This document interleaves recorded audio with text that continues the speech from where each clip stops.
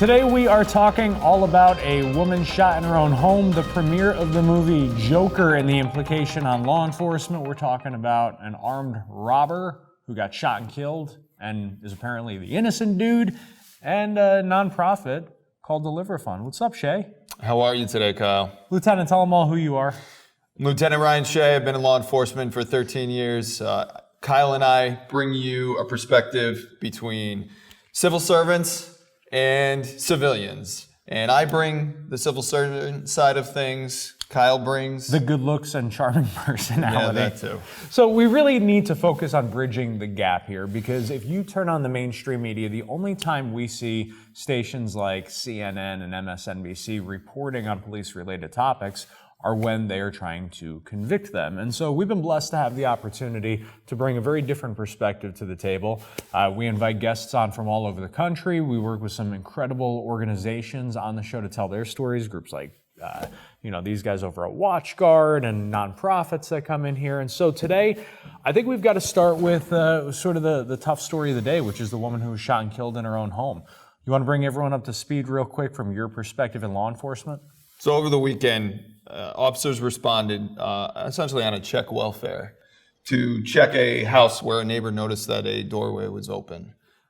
They responded to this address, and in the course of them investigating the circumstances as to why the door was open, an officer inspecting the outside perimeter of the home went up to a window, and from what happened when he observed someone inside to when ultimately a life was taken, we don't have all the answers to at this point. And I know many of you out there have probably seen the video that was released from the body cam of this officer. You know, as we look into this and we read about this, certainly we don't have all the answers. And certainly the public doesn't have all the answers.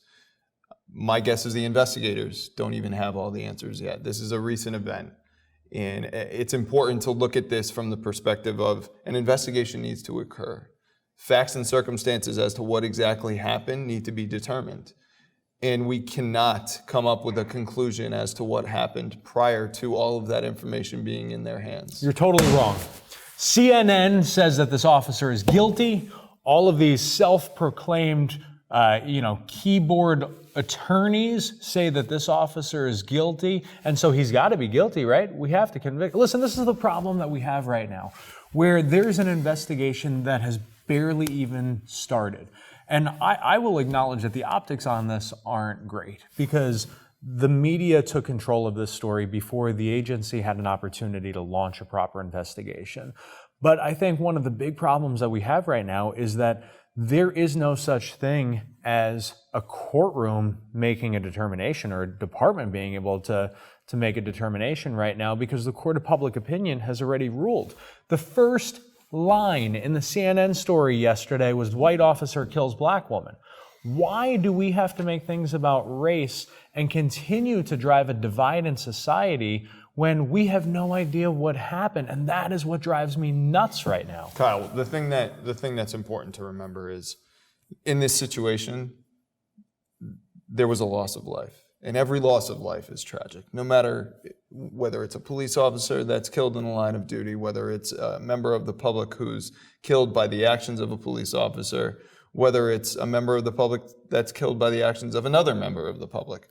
In this case, we have a loss of life. Yep. And the important part of that is that we don't bear judgment before all of the information is gathered and available. And I think that's where you see members of certain parts of the media passing judgment before all that information is in front of them. And that's a bad place for law enforcement right now, where an officer who is involved in a fatal shooting is now being judged before any of the information is even really available to investigators. All we have right now is a video that was released. And the video that was released is based on the fact that law enforcement today is doing everything they can to be transparent. Yep. We are not holding back information from the public, because that just puts us in a place where we lose public trust. We want to present to the public everything that we have at the time, right? Now, there's certainly things that law enforcement does not release. If it's a pending investigation, especially a pending criminal investigation, we're not going to step everyone through each step of the way. But in this case, because of the transparency that law enforcement is trying to achieve, the body cam footage was released. However, that is only one part of this investigation. Body cam footage is not the end all be all. When we go to the end game here, right? Let's say this officer screwed up. Let's say that happened. There's a difference between a tragic mistake and somebody being a murderer. Murderer implies intent. And what the mainstream media is doing right now is convicting him of intent. They're saying that he made a decision to murder a woman based on the color of her skin. And when we have that conversation, we lose sight of tragic loss of life of an American, period. It doesn't matter what color anybody's skin is. We are all Americans, period. And we lose sight of that. We lose sight over the fact that officers right now are on edge because we have arguably a war on law enforcement at play, where it seems every single week we hear about another ambush, another attack. And so when you're going in the dark of night and you're on a call, listen, I'm not a cop, but I have to imagine that your nerves are a little bit on edge. I just think that convicting him of being a racist murderer without any investigation is a disservice to America in general. I think one of the important things is that officers are trained, and they constantly train for situations like a building search at night, a building search during the day. And in this case, we don't know exactly what was going through that officer's mind when he encountered this individual. We don't know what his perceptions were. We have a video that was released that has body cam footage, but that body cam is not right behind the eye of that officer. We don't know exactly what that officer saw, thought, so we can't just judge this and say this officer intended to murder an individual inside that home. And it's important for everyone to realize that this is the reason why all officer-involved shootings are investigated to the fullest extent, so that in the end, the culmination of that investigation will show, and hopefully will show, exactly what happened. But at this point, we only have bits and pieces. I'm going to turn this around a little bit. So also over the weekend, we saw a woman who was flipping out because her brother was killed. She said that it was wrong that her brother was killed. Well, here's what happened. Her brother walked into, I believe it was a Dollar General, started waving around a gun at the clerk, said, "Give me all your money or I'm going to kill you." And what does the clerk do? Well, the clerk pulls out his freedom stick and ends the threat. So this woman says, well, he shouldn't have had a gun at work. My brother should still be alive. Well, I don't know. Maybe your brother shouldn't be committing armed robbery and your brother would still be alive. And he's the second sibling out of 10 that was actually killed by gunfire. Is that clerk responsible for the death of that individual? No, I believe that clerk was doing what he needed to do to defend himself and defend others. Just because he had a firearm on him, he could have had a knife on him. He could have had any other weapon on him, and he perceived a threat, and he addressed that threat as he legally could do at that point. You have an individual who walked into this establishment with a gun with an intention to rob it. He is at that point a threat to that individual's life. That individual, the clerk, had a firearm and he took action to stop that threat in self-defense. And look at what the narrative has turned into, though. The narrative hasn't been, why was this dude committing an armed robbery? The narrative hasn't been, how did that guy get a gun? Was it even legally obtained? What was his history legally? It was the clerk. Well, should he be allowed to carry at work? Like, you got to be kidding me right now. I'm going to bring up something right now that's going to hit close to home, probably for a lot of people here. We're going to dive into this a lot more at a later date. You've got kids, right? I do. So if you were to walk in, you're off duty, you walk into a school here in Connecticut to pick up your kids, and you are carrying your firearm as an off-duty police officer, and there is an active shooter, you turn around, you kill that shooter, you have committed a felony in the state of Connecticut by having that firearm on school grounds. Help me understand that.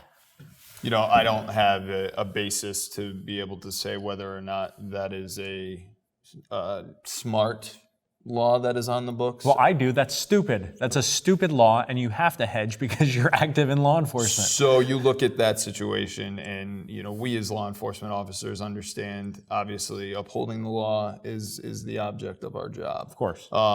So we make the decision to obviously follow the laws. When it comes to something like carrying a firearm on school grounds, we understand that if we are off duty, based on the current laws, that we should not be carrying a firearm onto school grounds. Now, I understand your negativity behind that and your objection to that. Unfortunately, I have no control over how those laws are put on the books. This is infuriating.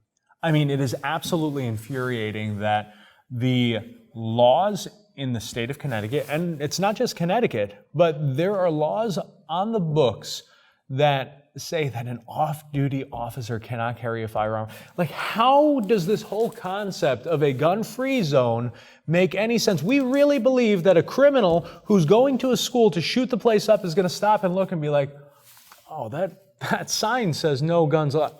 I better go somewhere else where guns are allowed. It is ludicrous that people think that makes sense. They actually think that there's logic behind that. I have friends who are teachers, who are former law enforcement, who are military firearms instructors, and they are sitting ducks because it would be a felony for them to protect other students. Now, I'm not suggesting for a second that we arm all teachers or that we even necessarily allow all teachers to be armed, because I'll tell you what, I had a drunk teacher back in high school who shouldn't be allowed near firearms to begin with. This guy's crazy. However, there should be some kind of a process, a certification process to allow teachers. Listen, we'll come back to this. Yeah, we'll come back to this one. I'm sure we'll discuss this in a future episode. I want to know what you guys think, though. I think this is super important. It's not just about my perspective as a pro-gun civilian. It's not just about his perspective in law enforcement. We want to know what you guys think. The whole idea of this show is to bridge that gap between civilians and civil servants and spark conversation. So, final topic I want to touch on today. So we had an opportunity to spend some time with the group over at Deliver Fund. What'd you think of their operations over in Dallas? So Deliver Fund is an incredibly professional organization with some individuals that have immense amount of training and experience when it comes to using intelligence operations to track individuals. You look at what they do to track those responsible for human trafficking and the ability to identify victims of human trafficking and support law enforcement efforts to address those. It's second to none. I think this is something that nationwide has become a topic, and I know, especially in our area, has been a topic that law enforcement needs to address, not only taking care of the victims, but also going after the traffickers themselves. What Deliver Fund does to train officers, to train law enforcement on how to do those operations efficiently, it's incredible. It is a counter-human trafficking organization, a nonprofit that trains, equips, and advises law enforcement to combat human trafficking. And it is made up of, former CIA, FBI, NSA analysts, special forces veterans. It's an incredible, incredible group. And it's not a bunch of men and women going around kicking down doors by any means. They are using some of the most advanced technology to really work side by side with law enforcement to save lives. And it's pretty cool stuff, man. It's good to see. I want to leave everybody with, they launched this campaign called Operation Throat Punch, which was super cool. And the idea was that we know that sex traffickers are looking on websites like Craigslist, Adult Friend Finder. Actually, these guys worked to shut down Backpage.com and then took over their corporate headquarters, which is super cool. But they ran a series of ads on websites all across the country, small towns, major cities, all these Craigslist-style sites. It looked like they were prostitutes in these ads. And then when you clicked on more pictures, you were served up this video. You stole our children out of stores. Out of cars. From bus stops. You took them when they were vulnerable. When we weren't vigilant. When our guards were down. You destroyed their innocence. Their bodies, their hearts. You made them your slaves. You pumped them full of drugs. You sold their bodies. You got away with it. Until now. We're tracking your ads. We have found your burner phones. We've infiltrated your networks. We have activated the greatest warriors. We are SEALs. NSA analysts. Delta Force. Members of the CIA and the FBI. Special operations veterans. We are parents. We're patriots. And we are coming for you. For you. For you. For you. For you. It ends here.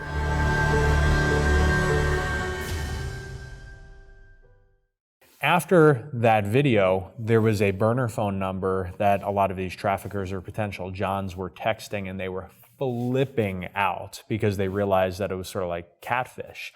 And then Deliver Funds started following them around wherever they went on the internet with ads, letting them know that they found them and they were watching them and tracking them and hunting them. And it is super, super cool stuff. But it's just great to work alongside an organization that is saving lives and crushing evil every single day. Absolutely.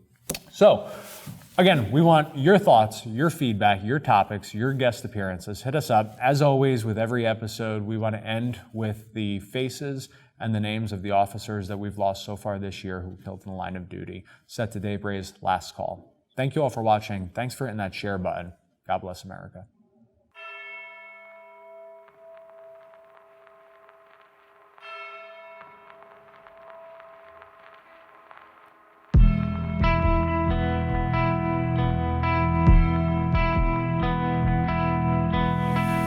Man down, I'm bleeding out. There's no time, so please hear me out. These are the last few words that I'd like to say to you all. This is my last call.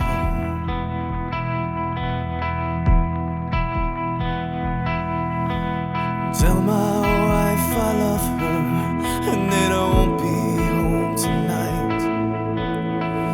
Thank her for those long, hard years that we tried to get it right. And tell her I'll be waiting after she makes it through it all. This is my last call. But ask her to forgive me.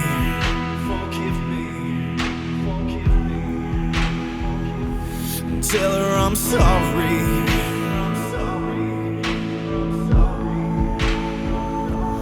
That I can't be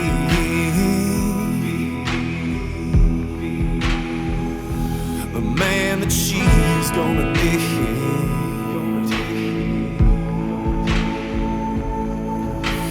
Tell her I'll be waiting where the winter meets the fall. This is my last call.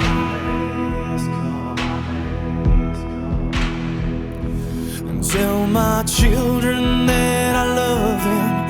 Oh yeah, that daddy always loved them so. And tell them to hold their mother tight and to never let her go. And tell them I'll always be watching, looking over them through it all. This is my last call.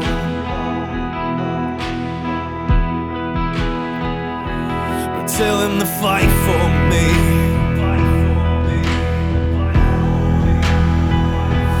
Do what's right for me.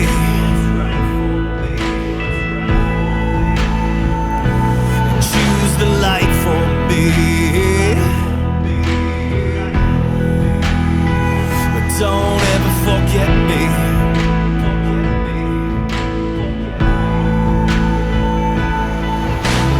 Tell them I'll always be watching, and I'll be there when they fall.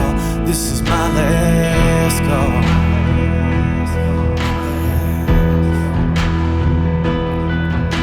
For those who serve beside me and who held that thin blue line, stand tall, stand strong, and hold your head up high.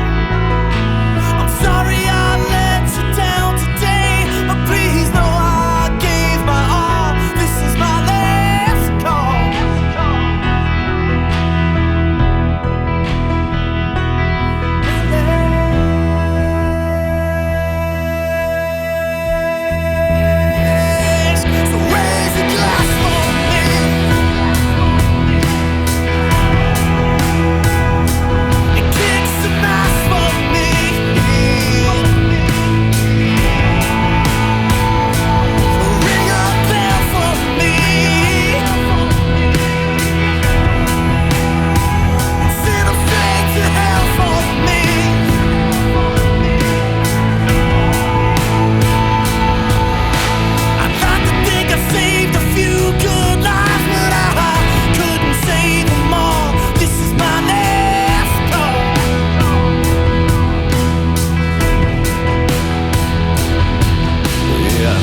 think I saved a few good lives, but I couldn't save my own. This is my last call.